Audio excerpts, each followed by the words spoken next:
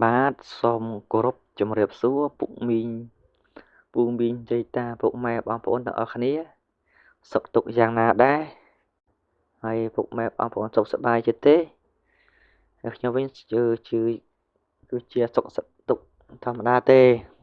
ហើយថ្ងៃនេះផងដែរខ្ញុំមានសាច់រឿងមួយទៀតហើយ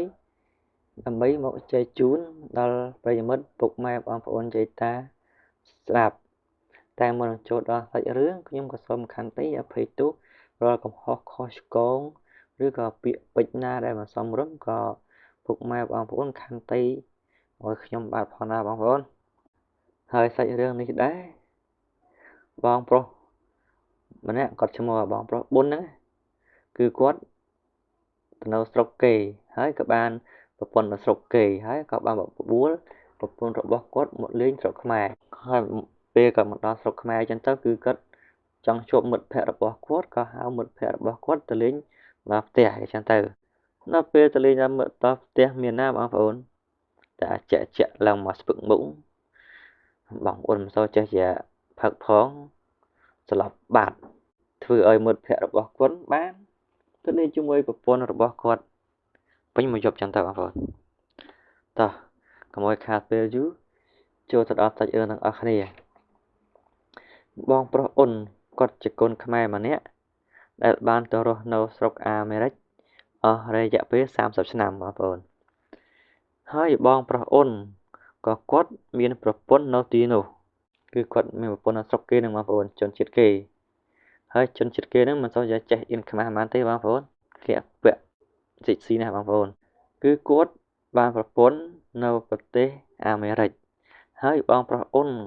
ក៏គាត់បានបង្រៀនឲ្យប្រពន្ធរបស់គាត់ចេះនិយាយភាសាខ្មែរខ្លះៗចឹងទៅស្រួលនិយាយគ្នាពេលមកលេងស្រុកខ្មែរ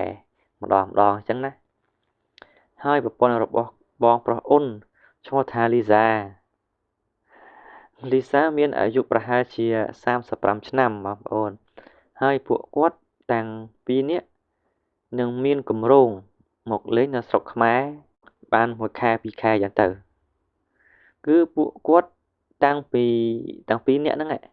បានមកលេងស្រុកខ្មែរខាងផ្ទះរបស់បងប្រុសអ៊ុនផ្ទះរបស់បងប្រុសអ៊ុនគឺមាន2កន្លែងបងប្អូនមួយនៅភ្នំពេញហើយមួយទៀត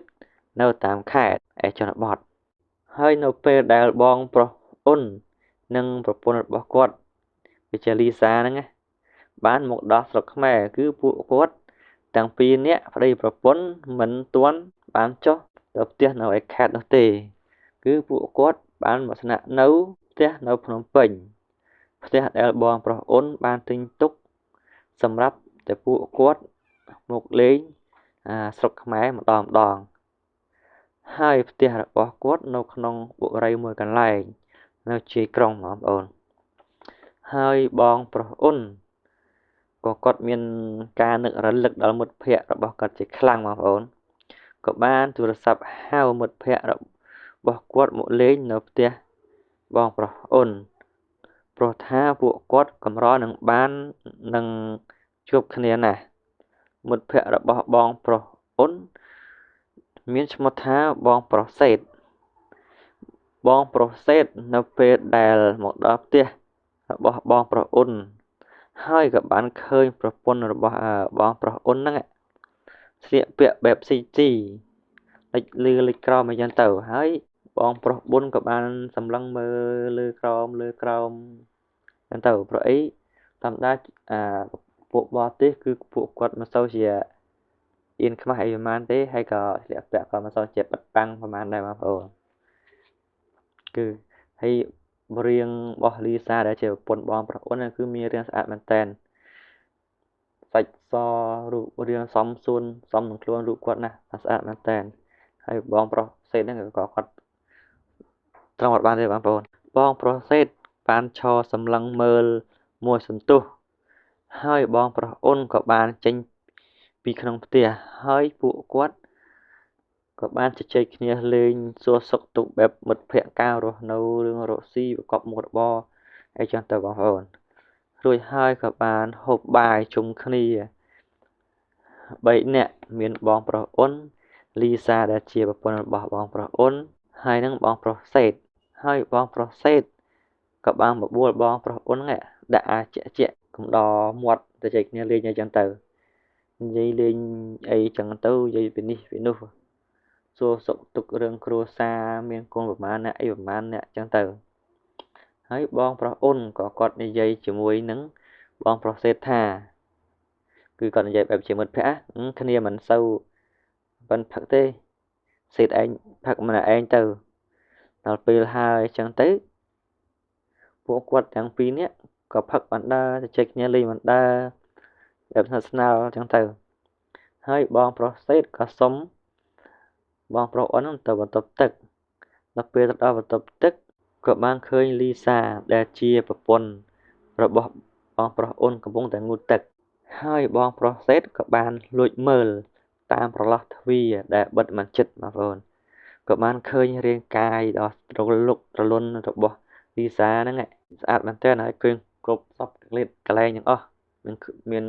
ខ្វះកន្លែងណាទេព្រោះធម្មតាពួកគាត់ជនជាតិគឺងូតទឹកក្នុងផ្ទះមិនជាស្លៀកកៅអៅទេបងប្អូនគឺគាត់ដោះកៅអៅងូតទឹកអញ្ចឹងទៅហើយក៏គាត់ទៅមិនចេះអៀនខ្មាស់ទេ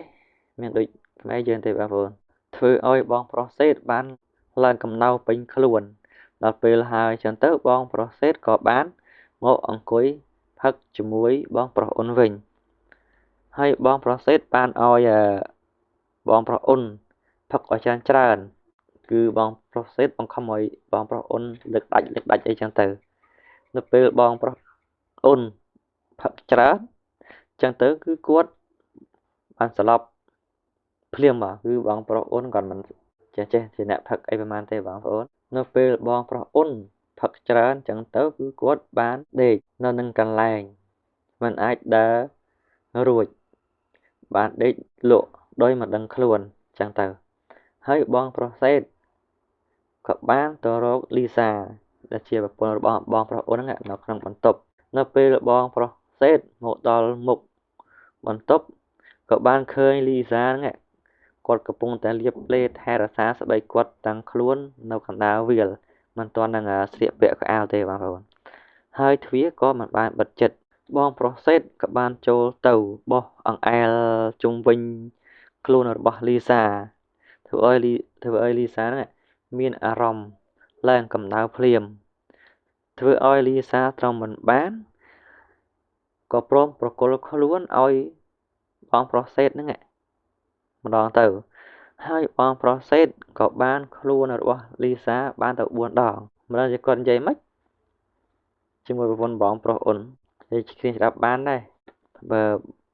លីសាមិនទៅចេះខ្មែរផងបងប្រុសសេតធ្វើឲ្យលីសាសរសើរបងប្រុសសេតថាបរិសខ្មែរខ្លាំងណាស់ខ្ញុំពេញចិត្តបរិសខ្មែរទូចទៅខ្លួនទេប៉ុន្តែកម្លាំងខ្លាំងមែនតើហើយបងប្រុសសេតក៏បោគាត់បានត្រឡប់ទៅផ្ទះវិញបាត់ទៅបងប្អូនគឺបងប្រុសអូនក៏គាត់អត់ដឹងដែរថាបងប្រុសសេតហ្នឹងបានដេកនៅជាមួយប្រពន្ធរបស់គាត់បាទរឿងខ្ញុំមានតែប៉ុណ្្នឹងទេបងប្អូនហើយក៏សំខាន់តែអភ័យទោសរកកំហុសខុសឆ្គងឬក៏ពាក្យពេចន៍ណាដែលមិនសមរម្យមកខ្ញុំបាទផងណាបងប្អូន